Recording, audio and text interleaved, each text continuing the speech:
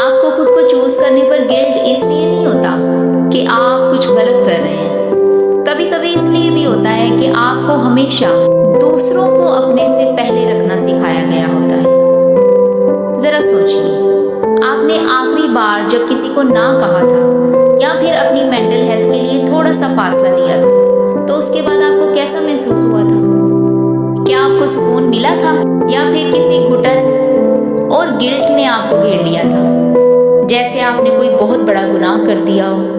आज हम इसी खामोश जहर के बारे में बात कर रहे हैं जो हमें अंदर से दीमक की तरह चाट रहा है और साए की तरह हमारा पीछा कर रहा है। हम में से अक्सर लोग जब भी अपने सुकून, अपनी इज्जत या फिर अपनी मेंटल हेल्थ को प्रायोरिटी बनाते हैं तो हमें लगता है कि हम सेल्फिश हो गए हैं, क्योंकि हमें सिखाया गया था कि अच्छे लोग तो वो होते हैं जो दूसरों के लिए अपनी ख्वाहिशात का गला घोंट देते हैं, और ये कि कुर्बानी ही मोहब्बत की एक वाहिद निशानी है। जितना ज़्यादा हम अपने आप को मिटाएंगे उतना ही हम अच्छे कहलाएंगे, और इसी सोच ने धीरे धीरे हमारी अपनी ज़रूरत को गुनाह बना दिया है। स्टार्टिंग से ही ना हमारे दिमाग में एक बात डाल दी गई है कि आपको सरवाइव करने के लिए एक फ्यूल की ज़रूरत है, और वो है एक्सटर्नल वैलिडेशन, जो आता है पेरेंट्स, गार्डियन, फैमिली, फ्रेंड्स और सोसाइटी से। अगर ये सब खुश हैं, आपको अप्रिशिएट कर रहे हैं, सिर्फ तब ही आप अच्छे, संजीदा, कैपेबल और वर्दी हैं। अदरवाइज हमारी तो कोई वैल्यू और वजूद ही नहीं है। धीरे धीरे हम अपनी वैल्यू का फैसला अपने अंदर से नहीं, दूसरों के रिएक्शन से करना शुरू कर देते हैं, और जिस दिन हमें कोई क्रिटिसाइज कर दे उसी दिन हमारी आइडेंटिटी ही हिल जाती है।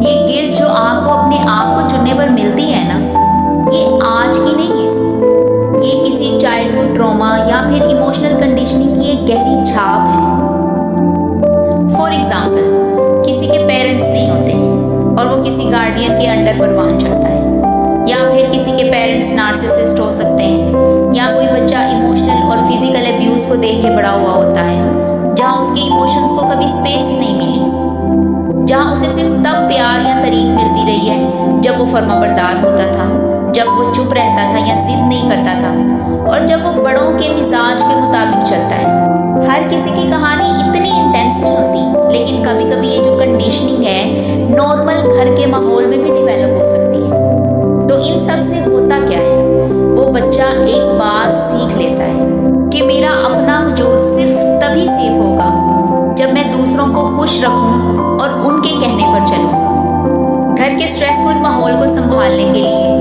वो बच्चा खुद एक केयर टेकर बन जाता है। वो अपने पेरेंट्स या गार्डियन के गुस्से, उनकी खामोशी या फिर उनके आपस के झगड़ों का जिम्मेदार खुद को समझने लग जाता है। वो सोचता है अगर मैं अच्छा बच्चा बन के रहूं, किसी को तंगी ना दूं, सबकी बात मान लूं और अपनी सारी ख्वाहिशें दबा लूं तो सब ठीक हो जाएगा, फिर ही मेरी परसेप्शन सबकी नज़र में अच्छी होगी। और अगर कोई नाराज हो जाए तो हम फौरन अपनी तरफ देखते हैं। हम ये नहीं पूछते कि क्या उनकी एक्सपेक्टेशंस रीजनेबल थी, हम सीधा पूछते हैं मैंने ऐसा क्या गलत किया जो उनकी नाराजगी का सबब बना। क्योंकि हमें सिखाया ही ये गया है कि कुर्बानी, कंप्रोमाइज और झुकना ही मोहब्बत और अपनायत हासिल करने का एक जरिया है। फिर नतीजा क्या निकला? हम बड़े हो गए, लेकिन हमारे सबकॉन्शियस माइंड में ये खतरनाक बात बैठ गई कि मेरी अपनी ज़रूरत, मेरा सुकून, मेरी राय, इसकी कोई अहमियत नहीं है, और अगर तुम खुश रहना चाहते हो तो दूसरों के आराम को अहमियत दो, सिर्फ उन्हीं के कहे पे चलो।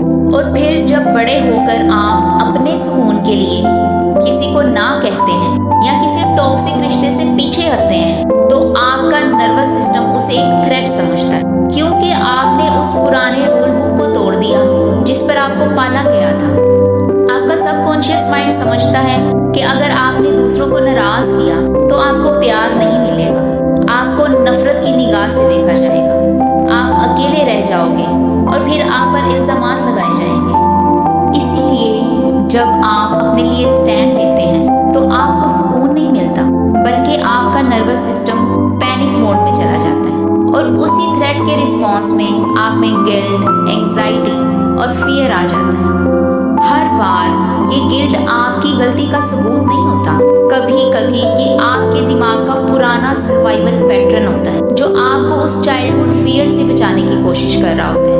आप अपने ही अंदर दूसरों के बनाए हुए कवानीन में कैद होकर रह गए हैं। लेकिन इन सब चीज़ों से हम तब निकल सकते हैं जब हम इंटरनल वैलिडेशन पर आते हैं।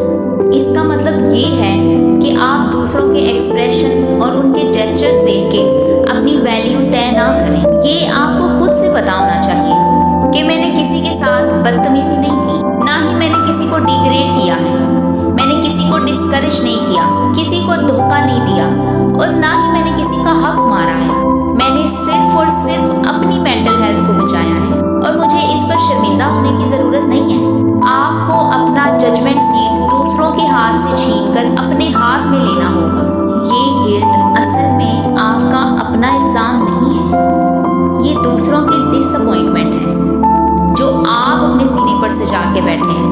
उन लोगों का गुस्सा है जो आपसे कन्वीनियंस चाहते थे, मोहब्बत नहीं। ये सिर्फ हमारे अंदर का डर है जिसकी वजह से हम बहुत कुछ करने को तैयार हो जाते हैं जो हम नहीं करना चाहते। किसी को ना नहीं बोल पाते कि कोई मुझसे नाराज ना हो जाए, कहीं मैं सेल्फिश तो नहीं हो रहा, या फिर मैं किसी का दिल ना दुखा दूं। लेकिन जो आपका दिल दुख रहा है और जो आप अपने साथ नाइंसाफी कर रहे हैं उसका क्या? तो जब भी आपको गिल्ट या खौफ हो अपने आप को चुनने पर, तो अपने आप से ज़रूर पूछिए कि क्या मैं किसी के साथ गलत कर रहा हूँ या फिर सिर्फ पहली दफ़ा खुद को भी इम्पोर्टेंस दे रहा हूँ। किसी की डिसअपॉइंटमेंट आपकी गलती नहीं है। ना सिर्फ लोगों को खुश नहीं रखते, हम उनके रिएक्शंस को कंट्रोल करने की कोशिश करते हैं। हमें लगता है कि अगर हम सही वर्ड्स यूज़ करेंगे, अगर हम ज़्यादा एक्सप्लेन करेंगे या फिर मैं थोड़ा सा ज़्यादा एडजस्ट कर लूँ, अगर अपनी नीड्स को थोड़ा सा पीछे कर लूँ, तो सामने वाला मुझसे नाराज़ नहीं होगा। लेकिन ज़िंदगी का एक अनकंफर्टेबल सच ये है कि आप अपने बिहेवियर से किसी के इमोशंस को कंप्लीटली कंट्रोल नहीं कर सकते। आप बहुत अच्छे, सिंसियर और ऑनेस्ट हो सकते हैं, लेकिन फिर भी कोई आपको गलत समझ सकता है। आपकी रिस्पॉन्सिबिलिटी सिर्फ आपका अपना बिहेवियर है। हर इंसान का रिएक्शन आपकी रिस्पॉन्सिबिलिटी नहीं है। अपनी ज़रूरत को इम्पोर्टेंस देना सेल्फिशनेस नहीं है। कभी आपको भी रेस्ट चाहिए, डिस्टेंस चाहिए। कभी आप किसी कन्वर्सेशन के लिए इमोशनली रेडी नहीं होते, कभी किसी फेवर के लिए आप अनअवेलेबल होते हैं, तो कभी किसी रिलेशनशिप को आप कंटिन्यू नहीं करना चाहते, या कभी आप बस अपनी ज़िंदगी अपनी मर्जी से जीना चाहते हैं। खुद को चूज़ करने का सबसे मुश्किल पार्ट लोगों का रिएक्शन नहीं होता। सबसे मुश्किल पार्ट अपने अंदर की आवाज़ को हैंडल करना होता है। जब आप अपने हक के लिए खड़े होते हैं तो आप सोचते हैं पता नहीं वो मेरे बारे में क्या सोच रहा होगा, शायद मुझे ये नहीं कहना चाहिए था, शायद मैं ज़्यादा बोल गया, शायद मैं ज़्यादा हार्श हो गया, चलो मैं दोबारा मैसेज कर लेता हूँ, सॉरी बोल देता हूँ। और फिर आप अपनी ही बाउंड्री तोड़ देते हैं सिर्फ इसलिए क्योंकि आपको अपने डिसीजन से ज़्यादा दूसरे इंसान की अप्रूवल चाहिए होती है। यहाँ ये समझना बहुत ज़रूरी है कि हर गिल्ट सच नहीं होता। कभी कभी गिल्ट सिर्फ हमें ये बताता है कि हम कुछ गलत नहीं कर रहे, हमने सिर्फ कुछ ऐसा किया है जो हमारे लिए नया है। अगर आप बहुत सालों तक सबको हाँ कहते आए हैं तो पहली बार ना कहना अनकंफर्टेबल और रूड लगेगा। अगर आप हमेशा सबकी नीड्स को अपनी नीड्स से पहले रखते आए हैं तो पहली दफ़ा अपनी ज़रूरत को प्रायोरिटी बनाना आपको अजीब लगेगा। लेकिन अनकंफर्टेबल होना और गलत होना एक चीज़ नहीं। इन सब में बहुत से लोग आपसे नाराज़ भी हो जाते हैं कि भाई हमने तो ये एक्सपेक्ट नहीं किया था, अब तो इसमें बहुत एटीट्यूड आ गया है। लेकिन इसमें गौरतलब बात ये है कि हर किसी की नज़र में अच्छा बनने के चक्कर में आप अपनी नज़र में कितना अच्छे रह पा रहे हैं। अच्छा, यहाँ पे मैं एक मिसकंसेप्शन क्लियर करती हूँ। इस गिल्ट को ख़त्म करके खुद को चूज़ करने का मतलब हरगिज़ ये नहीं है कि आप सेल्फिश हो जाएं, आप हर रिलेशनशिप तोड़ दें, या आप ये कहें कि भाई अब तो मुझे किसी की परवाह नहीं है, दूसरों की फीलिंग्स तो मेरे लिए इररेलेवेंट हो गई हैं। नहीं, खुद को चूज करना कभी कभी सिर्फ इतना होता है कि आप दूसरों का ख्याल रखते हुए खुद को भूलना बंद कर दें। दूसरों की फीलिंग्स को इम्पोर्टेंस देते हुए ये भी याद रखें कि आपकी फीलिंग्स भी एग्जिस्ट करती हैं, क्योंकि जो इंसान खुद खुश नहीं रह सकता वो कभी दूसरों को सच्ची खुशी नहीं दे सकता। आपका कप पहले खुद भरा होना चाहिए, तभी आप दूसरों के प्याले में कुछ डाल सकते हैं। आप जिंदगी में इतने रोल्स प्ले करते हैं। आप माँ हैं, बेटी हैं, बेटा हैं, किसी के पार्टनर हैं, फ्रेंड हैं, एम्प्लॉय हैं, लेकिन इन सब रोल्स के पीछे आप खुद भी एक इंसान हैं जिनकी अपनी नीड्स और लिमिटेशंस हैं, अपनी ख्वाहिशें हैं, अपनी बाउंड्रीज हैं, और सबसे बढ़कर आपकी भी अपनी एक जिंदगी है।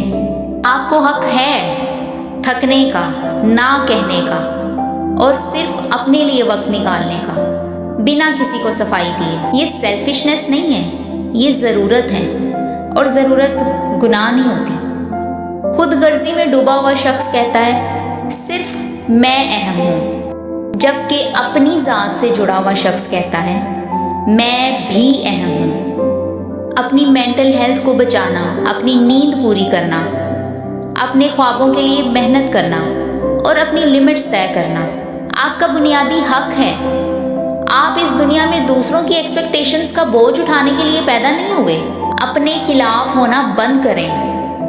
तो जब अगली बार आप अपने लिए कोई फैसला लेने लगे और आपको गिल्ट महसूस हो, तो एक पल रुक कर खुद से पूछिए, क्या मैं वाकई किसी के साथ गलत कर रहा हूँ, या सिर्फ पहली दफ़ा अपने आप को इम्पोर्टेंस दे रहा हूँ। दूसरों को नाराज़ होने का हक दें, लेकिन खुद को जख्मी करने का हक किसी को ना दें, क्योंकि किसी को डिसअपॉइंट करना और अपने साथ नाइंसाफी करना, दोनों में से हर बार पहली चीज चूज करना जरूरी नहीं। अगेन, अनकंफर्टेबल होना और गलत होना एक चीज नहीं। खुद गर्जी कहती है सिर्फ मैं इम्पोर्टेंट, खुद से राब्ता कहता है मैं भी इम्पोर्टेंट हूँ। और शायद खुद को चूज करना खुद से बेवफाई बंद करने का पहला कदम है। तो खुद से राब्ता बनाए रखें।